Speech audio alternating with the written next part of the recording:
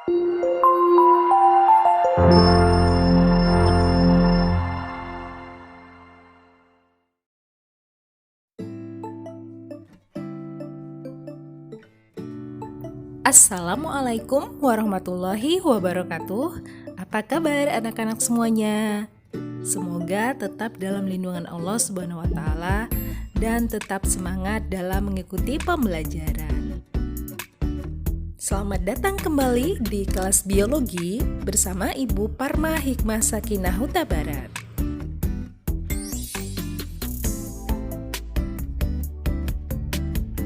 Anak-anak, sebelum Ibu memulai menyampaikan materi hari ini, Ibu akan membahas soal latihan ciri-ciri makhluk hidup.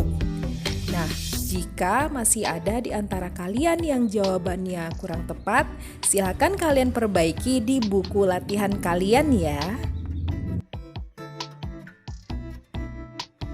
Baik, kita mulai dari soal nomor 1. Jika kamu perhatikan, rumah rayap dari hari ke hari terus bertambah besar. Dari peristiwa ini, apakah rumah rayap tersebut disebut hidup? Jelaskan alasanmu.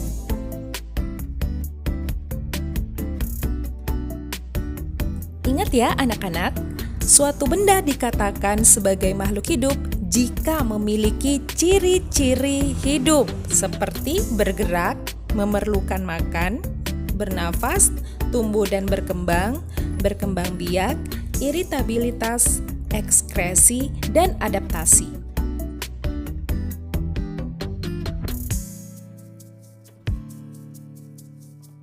Nah, walaupun rumah rayap dari hari ke hari terus bertambah besar, namun rumah rayap tersebut tidak disebut hidup.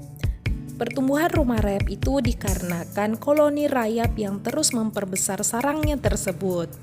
Selain itu, rumah rayap tersebut tidak memenuhi ciri-ciri makhluk hidup yang lain seperti bernafas, memerlukan makan dan minum, berkembang biak, iritabilitas, dan adaptasi.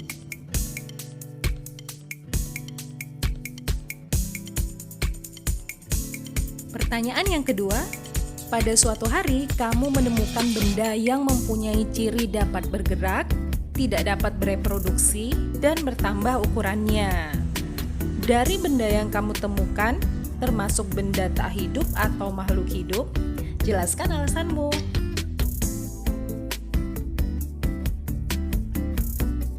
Iya, hal ini masih berkaitan dengan ciri-ciri makhluk hidup ya. Ingat, ciri-ciri makhluk hidup itu bergerak, memerlukan makan, bernafas, tumbuh dan berkembang biak, iritabilitas, ekskresi, dan adaptasi.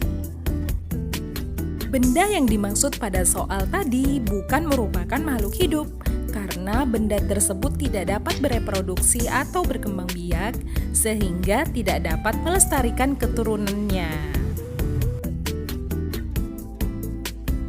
Baiklah anak-anak, itu dia tadi pembahasan soal latihan ciri-ciri makhluk hidup. Jangan lupa untuk memperbaiki jawaban kalian yang masih belum tepat ya.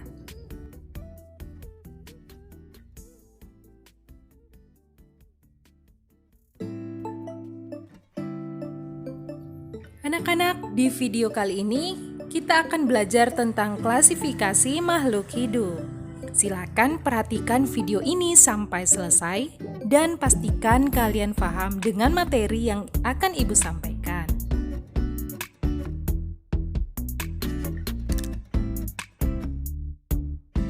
Klasifikasi makhluk hidup adalah suatu cara mengelompokkan makhluk hidup berdasarkan kesamaan ciri yang dimiliki. Tujuan mengklasifikasikan makhluk hidup adalah untuk mempermudah mengenali, membandingkan, dan mempelajari makhluk hidup.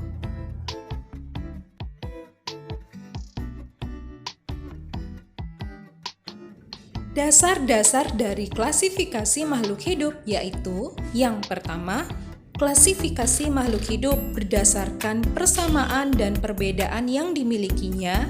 Yang kedua, klasifikasi makhluk hidup berdasarkan ciri bentuk tubuh atau morfologi dan organ dalam tubuh atau anatomi.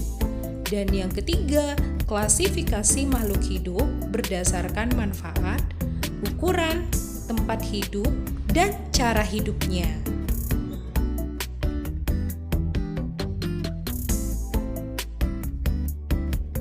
Sistem klasifikasi mengenalkan adanya tingkatan kelompok-kelompok makhluk hidup mulai dari kelompok besar, kelompok kecil, hingga tingkat individu.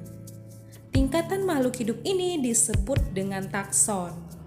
Tingkatan takson pertama kali dikenalkan oleh Carolus Linnaeus dengan urutan tingkatan dari tertinggi ke tingkat terendah, yaitu yang pertama kingdom atau regnum, yang kedua filum atau divisi, yang ketiga klasis atau kelas, yang keempat ordo atau bangsa, yang kelima famili atau suku, yang keenam genus atau marga, dan yang ketujuh spesies atau jenis.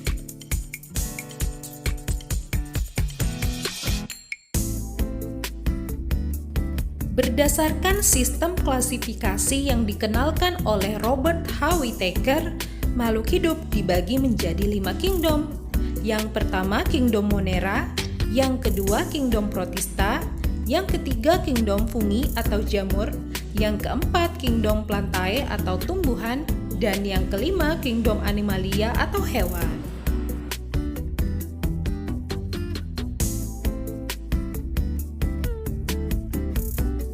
Setiap kingdom kemudian dibagi-bagi lagi berdasarkan persamaan ciri yang dimilikinya.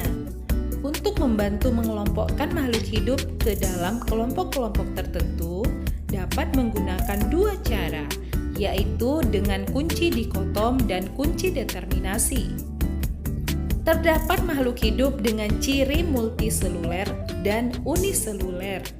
Multiseluler umumnya dapat diamati secara langsung dengan indera, sedangkan makhluk hidup uniseluler dapat diamati dengan menggunakan mikroskop.